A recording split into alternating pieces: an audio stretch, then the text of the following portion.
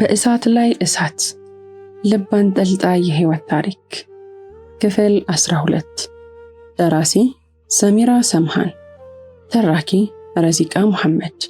ለቻናላችን አዲስ ከሆናችሁ ላይክ፣ ሼር እና ሰብስክራይብ በማድረግ ቤተሰቦቻችን እንድትሆኑ በአክብሮት እንጋብዛችኋለን። ዝም ተባብለን እኔም የእጅ ቦርሳዬን እያነሳሁ አቢ በቃ አቲፍን ሄጄ ሊያው አልኩት። መርሃባ አለኝ። ተነስቼ ወደ ክፍሉ ሄድኩኝ። በሩን ቀስ ብዬ ስከፍተው አቲፍ እልም ያለ እንቅልፍ ውስጥ ነው። አረብሻውን ብዬ ቀስ ብዬ ገባውና ልብሴን ቀይሬ ተመልሼ ወጣሁ። የዙሁር ሰላት የአዛን ጥሪ ሲደመጥ እኔና አክስቴ ምግብ አብስለን ጨርሰን ነበር። ለአቲፍ የሚሆን አንዳንድ ነገር ካዘጋጀው በኋላ አቢ መስጂድ ሊሄድ ስለሆነ አቲፍም እንዲሄድ ልቀሰቅሰው ወደ ክፍሉ አቀናሁ። አቲፍ ተነስ፣ መስጂድ ከአቢ ጋር ሂድ። አቲፍ ጀርባውን በትንሹ እየነካካው ልቀሰቅሰው ሞከርኩ። ከተወሰነ ደቂቃ በኋላ ነቃ። ተነስ የኔ ጎበዝ፣ መስጂድ እንድትሄድ አልኩት። ፊቱ ደም የሚያቋጠርን ያህል ቀልቶ ነበር። በእጄ ግንባሩን ስነካው በጣም ግሏል። መጀመሪያ ጊዜ መሰለኝ ተኝቶ ስለቆየ ሙቀት ነው ብዬ ነበር። እየቆየ ሲመጣ ግን በጣም ግለቱ ጨመረ። ፊቱን እያየሁት ተቀየረብኝ። ምነው አቲፍ እያመመ ነው እንዴ አልኩት። ምንም መፍትሄ ሳጣ በትንሹ ራሱን በአዎንታ አነቃነቀልኝ። ንገረኝ፣ ለምን ትዋሻለህ? ደህና አይደለህም አይደል? የቱ ጋር ነው የሚያምህ? ዝም አለ። ትቶኝ ካልጋው እንደተነሳ አዙሮት ወደቀ። አላሁ አክበር! ደንግጬ ጮህኩኝ። ወዲያ ወደቀበት ቦታ ላይ ተንበርክኬ ላነሳው ስሞክር መጠኑ የማይታወቅ የደም ጅረት መፍሰስ ጀመረ። አቲፍ ምንድን ነው የሆንከው? ያላልኩት ነገር የለም። ራሱን ስቷል። ጉልበቴ እንደ ትራስ ተጠቅሜ ላነቀው ሞከርኩ። የለበስኩት ወይን ጠጅ ቀሚስ በደሙ ምክንያት ቀለሙ ወደ ጥቁርነት ተለውጧል። እያለቀስኩኝ መጮህ ጀመርኩ። አቢ፣ አክስቴ፣ አቢ! ጩኸቴን ሰምተው ተንጋግተው ሲመጡ አቲፍ እየሞተ ነው፣ ያ አላህ እየሞተ ነው ማለት ጀመርኩ። ወዲያው አፋፍሰው አነሱት። እጄ ተንቀጠቀጠ። እንዴት ብዬ ለአምቡላንስ መደወል እንዳለብኝ በራሱ ጠፋኝ። ጣቶቼ ተንቀጠቀጡ። አክስቴም እንደዛው። ከኛ መሃል የተሻለው አቢ ነበር። ለአማር ደውይለት ብሎኝ ወደ መኪናው ሄደ። ሆስፒታል እንዴት እንደደረስን በራሱ አላውቅም። ብቻ ደረስንና ወደ ቀዶ ጥገና ክፍል እልፍ ነርሶችና 3 ዶክተሮች ተንደርድረው ገቡ። እኛ ውጭ ቆየን።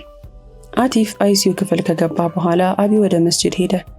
አክስቴና እኔ እዛው ሰግደን አሱር ድረስ ቀዶ ጥገናው አላለቀም ነበር።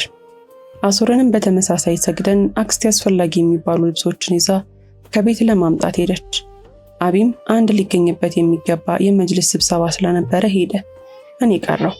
ከደቂቃዎች በኋላ አምርና ሂራ መጡ። ምንድነው አቲፍ ምን ሆነ አለኝ አምር። የሆነውንም በይን እየዘራው ነገርኩት። አይዞሽ በሚል አረጋግቶኝ ከግራና ከቀኝ ተቀመጡ እያለ 11 ሰዓት አካባቢ ቀዶ ጥገናው ተጠናቆ ዶክተሮቹ ወጡ።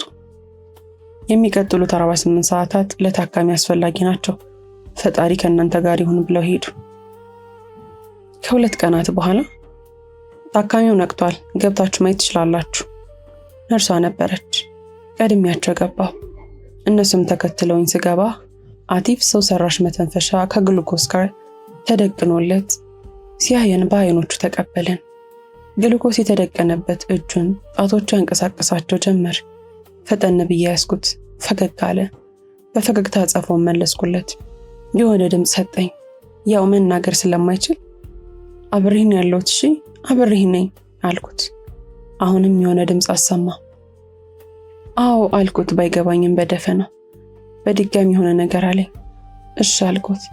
የተወሰነ ነገር ከተባባልን በኋላ ትንሽ መተኛት እንዳለበት አሁን ካየነው እንደሚበቃ ዶክተሩ ነገረንና ተያይዘን ወጣን። ውሎዬ ሆስፒታል ውስጥ ነበር። ጁምዓ ስለነበረ ወደ ቤት ተመልሼ ተጣጠብኩኝና ልብሴን ቀይሬ በድጋሚ ሆስፒታል ተገኘሁ። አሁን እንኳን ማንም ገብቶ ሊያዩ የሚችልበት ሁኔታ ላይ ነበር። ገባሁ። ነርሶች ትራሱን ያስተካከሉለት ነበር የደረስኩት። በአልጋው ላይ ተቀምጧል። ሲያየኝ ፈገግ አለ። አቲፍ እንዴት ነህ አልኩት። የሆነ መልስ ሰጠኝ። ደህና ነኝ እንደማለት።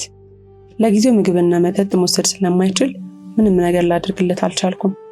ወንበር ላይ ሲቀመጥ እጆቹን እንደ ክንፍ ዘርግቶ ተመለከተኝ። እቀፊኝ እንደማለት መሰለኝ። አልተሳሳትኩም። ተነስቼ አቀፍኩትና በአልጋው ጫፍ ላይ ከጎኑ ተቀመጥኩ። ጭንቅላቱን ትከሻዬ ላይ አስደግፎ ጋደም አለ። አሁን ደህና ነህ አይደል አልኩት። አዎ አይነት መልስ ሰጠኝ። እሺ ምን ትፈልጋለህ? ምን ላምጣልህ ስለው ነርሷ እንደ እርዳታ ወረቀትና እስክርቢቶ ሰጠችው።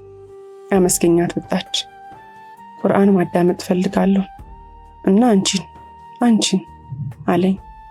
እሺ እንደዛ ከሆነ አብሬህ ነኝ። እሺ ሁሌ ምንም ቢፈጠር ካንተ ጋር ነኝ አልኩት። ራሱን በእሽታ አንቀሳቀሰ። ከቦርሳዬ ውስጥ ማዳመጫ አውጥቼ በአንዱ በስሱ ሌላኛውን ደግሞ በኔ ጆሮ ላይ ሰክቼ ማዳመጥ ጀመርን። አብዛኛውን ጊዜ በጋራ የምንሰማው አያተል ኩርሲን ነው። ከሚሰማው የህመም ስሜት በረዲል በሚል ይህንን አያ ላሰማው የሞከርኩት ለዛ ነው። ደረቴ ላይ እንደተጋደመ ግራ እጅን አጥብቆ ያዘኝ። የያዘኝ እጁ በላብ ተደፍቆ ነበር። ቁና መተንፈስ ጀመረ። አቲፍ ምን ነው? ምን ሆንክ? ፈጠን ብዬ ኤርፓዱን ከሁለታችንም ጆሮ ላይ ነቀልኩትና ትኩረቴን በሙሉ በሱ ላይ አደረግኩ። ከዓይኖቹ የእንባ ዘለላዎች መንጠፍጠፍ ጀመሩ። ተዝለፈለፈ። የልብ ምት ማሽኑ ረጅም ጩኸት ያሰማል። አቲፍ የሆንከውን ንገረኝ። ምን ሆንክ? ሊነግረኝ እንደማይችል እንኳን እያወቅኩኝ መለፍለፍ አላቆምኩም ነበር። ዓይኑ ተስለመለመ፣ ልክ ከባድ እንቅልፍ እንደያዘው ሰው። ዶክተር እባክህ አቲፍ ነቃ። ዓይንን አጨፍን አቲፍ እየኝ። ክፍሉን በጩኸት ሞላሁት። ዶክተሮቹ ተንጋግተው ምን ተፈጥሮ ነው እያሉ ተከታትለው ሲገቡ ባሌ የሞተ ነው አልኳቸው። ለመጀመሪያ ጊዜ ባሌ አልኩኝ አይደል? ለመጀመሪያ ጊዜ የኔ የሚለውን ሐረግ አወጣሁት አይደል? አዎ ለመጀመሪያ ጊዜ አመነጫጭቀው እንደወጣ አዘዙኝ። ከመገፍተር ባልተናነሰ ነርሷ አሽቀነጠረችኝ። የሚያደርጉትን በመስኮት ቆሜ መመልከት ጀመርኩ። አቢና አመር ጋር ስለመደወል በራሱ አልመጣልኝም። ብቻዬን ስቃትት ሰዓት አልፈው ሂራና አክስቴ ምግብ ይዘው ከጁማ መስጂድ መልስ መጡ። ሳያቸውን ባይተሽ ጎደጎደ። ተንደርድሬ ሄጄ አክስቴ ላይ ተከመርኩ። አቲፍ እየሞተብኝ ነው አልኳት። ሆዴን አንዳች ኃይል እያገላበጠው በጣም መጥፎ ስሜት ነበር። ሂራም ሁለታችንን አቅፋ ለሶስት ተቃቅፈን እኔ መነፋረቅ እነሱ ደግሞ እኔ ማጽናናት ያዙ። ከረፈደም ቢሆን አንድ ቦታ ፈልጌ ሆስፒታል ውስጥ ሰገድኩ እና ወደ አቲፍ ክፍልና መግቢያው ላይ ወደ ተቀመጡት ሂራና አክስቴ ጋር ሄድኩኝ። ካጠገባቸው እንደተቀመጥኩ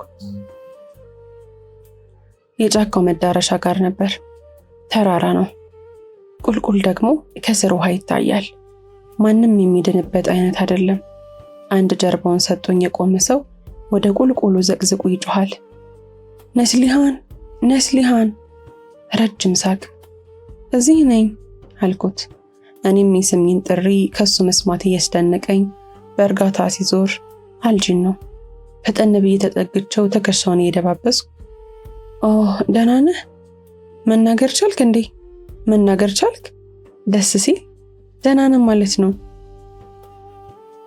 እንደ ስል ተገትሮ ያየኝ ጀመር።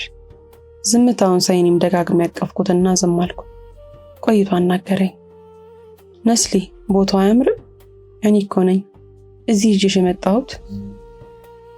አካባቢው ከመቅጽበት ጨልሞ በሚያበሩ ትንኞች ተሞላ። ፈገግ አልኩ። እየተዟዟርኩኝ እየተመለከትኩ ሁላችሁም የአላህን ገመድ ያዙ፣ አትለያዩም። ጠላቶችም ስትሆኑ በእናንተ ላይ ያለውን የአላህ ጸጋ አስታውሱ። በችሮታው እኛ ወንድማማቾች ነን። እናንተም በእሳት አፋፍ ጉድጓድ ላይ ነበራችሁ፣ ከእርሷም አዳናችሁ። እንደዚህ አላህ ለእናንተ ትመሩ ዘንድ አንቀጾችን ያብራራል። አልኢምራን 103። ይህን አንቀጽ በቃሉ ቀራልኝ። ምን ያህል ቢያዳምጠው ነው እንዲህ ያለ ግድፈት አልባና በሚያምር ልሳን ይቀራልኝ አልኩ። ተደነኩኝ። ቀኝ እጄን ዘርግቶ የሆነ የተሸፈነና የተቋጠረ ነገር ሰጠኝ። በዝምታ ተቀበልኩትና ልፈታው ስሞክር ተሰወረብኝ። ከነበርኩበት ሰመመን ባነንኩኝ። የተኛው ሂራ ትከሻ ላይ ሳይሆን አግዳሚው ተቀምጬ የነበረው ወንበር ላይ ነው። ቀደም ሲል የነበረው ግርግር የለም። ብድግ ብዬ ትይዩ ከሚገኘው ሰርጀሪ ክፍል በሩን በርግጄ ገባሁ። ከመተኛቴ በፊት አልጋው ላይ ሲቃትት የነበረው አቲፍም ሆነ አልጋውን ከበው ስራቸውን ሲሰሩ የነበሩ ነርሶችም ሆኑ ዶክተሮች የሉ። ክፍሉ ወና ሆኗል። ከዛች ደቂቃ በኋላ ይሆናል የኔ ነፍስ ሆና የሆነችው። መጥፎ ነገር እንደተፈጠረ ገባኝ። በቆምኩበት ቦታ ላይ ዘፍ ብዬ ተቀመጥኩ። ለምን ስል የፈጠረኝን ጠየቅኩት። ስንት ነፍስ እያለች እሱን ለምን መረጥክ አልኩ። አስከትዬ መልስ የሚሰጠኝ አልነበረም። ንገረኛ አላህ፣ ቢያንስ የመጨረሻው እንደነበር ልታሳውቅኝ ይገባ ነበር። እየሞተ ነው ልትለኝ እኮ ይገባ ነበር። ጮኩኝና ተነስቼ በሕክምናው ሳህን ላይ የነበሩትን በደም የተነካኩ መቀሶችን በተንኳቸው። ለምን ያንን አደረክ? ለምን እሱን? ልቤ ውስጥ እኔን ልብ ውስጥ ጻፍክ። ያንን ማድረግ አስፈላጊ ነበር እንዴ? መልስልኝ እንጂ አላህ፣ መልስ ስጠኝ። ታሪካችንን እንዴ ማድረግ ግዴታ ነበረብህ? ክፍሉ የኔን በብስጭትና በቁጭት ውስጥ ከተያጣውን ድምፅ ከማስተጋባት ውጭ ምንም ሊፈይድልኝ አልቻለም። አልቅሼ ማውጣት አቃተኝ። ምንም እንኳ ባለቅስ ውስጤ የምትንቀለቀል እሳት ነበረች፣ ምንም ቢያደርጓት የማትጠፋ። ያ አላህ ያ አላህ የምለው ነገር ጠፋኝ። እሱን አትውሰድብኝ። ያልቀበጣጠርኩት ነገር አልነበረም፣ ግን ሁሉም እውነት ነበር። አክስቴና ሂራ ከሄዱበት ሲመለሱ ክፍል ውስጥ ወለሉ ላይ ተቀምጬ አገኙኝ። ፍዝዝ ብያለሁ። አክስቴ መጣ እያነሳችኝ፣ የኔ ውድ የኔ ልጅ ኑን። ጭንቅላቴን ተዳብሰኝ ጀመር። ዝም አልኩ። ድንዝዝ ብያለሁ። የት ነው ሄዳችሁ ትታችሁኝ አልኳት በለሰለሰ ድምፅ። ዶክተሮቹ ሙሉ አቅማቸውን ካላህ በታች ተጠቅመው ነበር፣ ግን አልቻሉ። ጀናዛውን ወደ ቤት እንዲወስዱት የአምቡላንስ ክፍያ እየፈጸምን ነበር አለች። በረጅሙ ተነፈስኩና አስችሎሽ ጀናዛ አልሽው አልኳት እንባ እየተናነቀኝ። አፎን የኔ ውድ አለች። ግን ለምን አልኳት ዳግም ለቅሶዬ እየተቀሰቀሰ። ለምን አላህ ይህንን አደረገ? ለምን ወሰደው? ምን ፈልጎ ወሰደው? ለኔ ቢተውልኝስ? እውነት መንከባከብ ሰለቸኝ ብያለሁ። ምን ብዬ ነው? ምንድነው የሚሆነው? ምንድነውስ እየሆነ ያለው? ሁለቱም ሴቶች በእንባ እየታጠቡ ደግፈውን ከክፍሉ ወጣን። ተውኝ፣ በቃ ተውኝ እየለፈለፍኩ ከሆስፒታሉ ወጣንና በታክሲ አመራን። ቤት ስደርስ ነገር አለሙ ዞረብኝ። አባቴና አጎቴ ጀናዛውን ሊያጥቡ እያስተካከሉ ነበር። አቢን አንድ ጊዜ እንዳየው እንዲፈቅድልኝ ጠየቅኩትና ወደ ክፍሉ ገባሁ። አቢም አጎቴም ተከተሉኝና እግሬ መግቢያውን ሲረግጥ ደርቀው የረገፉ ቅጠሎች በእርምጃ ሲሰባበሩ ተሰማኝ። በጀርባው አዝሎኝ በእርጋታ እየተራመደ፣ ታውቂያለሽ ግን የሚያገባሽ ሰው እድለኛ ነው ማለት እንደኔ እንዲህ ሳይሆን በስነ ስርዓቱ ከአባትሽ ጠይቆ የሚያገባሽ ወንድ። እኔም እንዳልወድቅ አንገቱን አቅፌ ሆ ምን አመጣው ደግሞ አልኩት። እሱም ትንሽ ዝም ብሎ አላውቅም፣ ግን ትክክለኛ የሴት ባህሪ ነው ያለሽ አልጁን። እሱ እኮ የኔ የጥርስ ብሩሽ ነው። እውነትም ያንቺ ነው። በቃ ስንት ነገር ስንጋራ እንኖር የለ? ይህንንም እጋራሻለሁ ማለት ነው። ምን አለ በዚህ ሰዓት ነፍስ ማጋራት ቢቻልና ሕያው ሆኖ ባየሁት። እንዴ እንደዛማ አይሆንም፣ የኔ እኮ ነው። እሺ ሌላ አስመጣልሻለሁ። አሁን እሺ በምን ልቦርሽ? በምን ትቦርሻለሽ? በቃ በኔ። ቀልደኛ። እንዲሁ እቀመጣለሁ እንጂ ባንተማ አልቦርሽም። ጥርሴ ቢቆሽሽ እመርጣለሁ። እንዳትናደጅብኝ። ግን ያንቺ እንደሆነ እያወቅኩ ነበር የተጠቀምኩት። ትውስታዎች ያለ ፍላጎቴ ተግተለተሉብኝ። ለመጨረሻ ጊዜ አንድ ቃል በተደጋጋሚ ያቃጨለብኝ። አሁን ላይ መልሴን የሚፈልግና የሚጠይቀኝ ይመስል አንቺን እወድሻለሁ፣ የሆነ ነገር በኝ እንጂ አፈቅርሻለሁ እየተንሰቀሰብኩ እኔም እወድሃለሁ፣ እሺ እኔም አፍቅርሃለሁ፣ እሺ ምን አለ ይህንን አይንህን እያየው ማለት ብችል እድለኛ ነበርኩ። እየወደድኩህም እኖራለሁ። የኔ ውድ አላህ የተሻለው ሊያደርግልህ እንደወሰደህ አምናለሁ። ከኔ በላይ እሱ እንደሚንከባከብህም አውቃለሁ። ከዚች ዓለም የሞት መጨረሻ የህይወት መጀመሪያ የሆነችው ዓለም እንደ ልዑል እንደምትቀበልህም አምናለሁ። የኔ ውድ የኔ አቲፍ መቼም አልረሳህም እሺ። እና መቼም ካንተ ውጭ የምወደውም የማስበውን ሰው አይኖርም እሺ። አስቀያሚዋ ህይወት ትቀጥላለች። የኔም ልብ አንተን መውደዷን ትቀጥላለች። ምንም አይቀየርም። የሚቀየር ነገርም አይኖርም። እኔም ወደ አንተው ነኝ። ሁሉም ወደ አንተው ነው። ወደ ሞት ተመላሾች ነን። አይኖቼ የቋጠሩትን እንባ እያፈሰሱ ግንባሩን ሳምኩት። ሰውነቱ ይቀዘቅዝ ነበር። ምን አለ ከተደፋሁበት ባልነሳ። ግን አቢ መጡ አነሳኝና ወንድሜና ይሲን ከሄዱበት መጣው እና አቢን እየረዱ እኔ ሳሎን ሄጄ መጅልሱ ላይ ተኛው። አመር የደነገጠው ድንጋጤ ሌላ ነው። ፊቱ ጥውልግ ብሏል። ልሳኑም ዝግት ብሏል። አይኖቹ ከማንባት አልተቆጠቡም። ኃይለኛ ራስ ምታት ይዞ አይኔ መንታ መንታ እንባ ያወርዳል። ጀናዛው ከተስተካከለ በኋላ ግቢው በለቀስተኞች ተሞላ። የመጀመሪያው ሳሎን ወንዶች፣ ሁለተኛው ሳሎን ላይ ደግሞ ሴቶች፣ አንድ አነስተኛ ሳሎን ላይ ደግሞ እኔና አክስቴ ሄራለን። አንዳንድ ሰዎች እየመጡ አይተውኝ ሶብር እንዳደርግ እየመከሩኝ ይሄዳሉ። እኔም በእጄ ላይ ተስቢህን ይዤ እዘክራለሁ። ከሰዓታት በኋላ የአቲፍ ጀናዛ ተቀብሮ ወንዶች መመለስ ጀመሩ። እኔ በዛ ሰዓት ተኝቻለሁ። የመጡትን ሰዎች ለማስተናገድ ሄራና አክስቴ ጉድ ጉድ ማለትን ይዘዋል። በዚህ መሃል አክስቴ ስትመጣ እየተነፋረኩ አገኘችኝና ወገቧን ይዛ ቆማ አረ በአላህ አይንሽን አታጥፊው ነው? በቃ አንድ ጊዜ ሄዷል አይመለስም። ማልቀስሽ ጀነት ያስገባው መሰለሽ? ወይንስ ቀብር ውስጥ ለሚቀርቡለት ጥያቄዎች መልስ የሚሆነው መሰለሽ? ይልቅ ዱዓ አድርጊለት። ረካዓተይን ሰግደሽ ከጭንቅ እንዲድን ተማጸኝለት። ራስሽንም እሱንም አትጉጂ። ሰማሽኝ?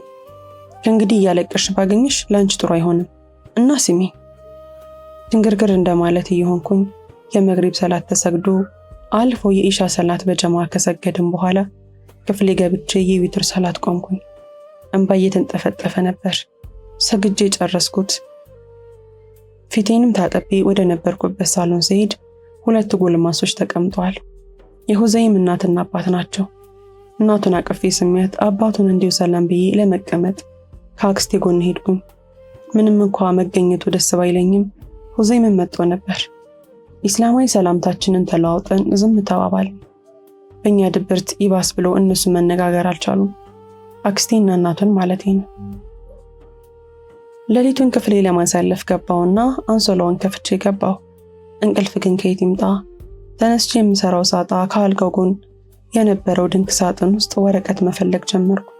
በዚህ መሃል አንድ ማስታወሻ አገኘው። ከዚህ በፊት አቲፍ ይጽፍበት ነበር። ላዩ ብዙ ጊዜ ብፈልግም ይደብቅብኛል። እንዳላዩ ብዙ ጊዜ ከልክሎኝ ነበር። የስነ ልቦና ዶክተሩን ሳማክረው ባይመለከተኝ እንኳ ማየት እንደሌለብኝ ስለነገረኝ ችላ ያልኩት ነገር ነበር። ዛሬ ግን ማሳለፍ አልፈለኩም።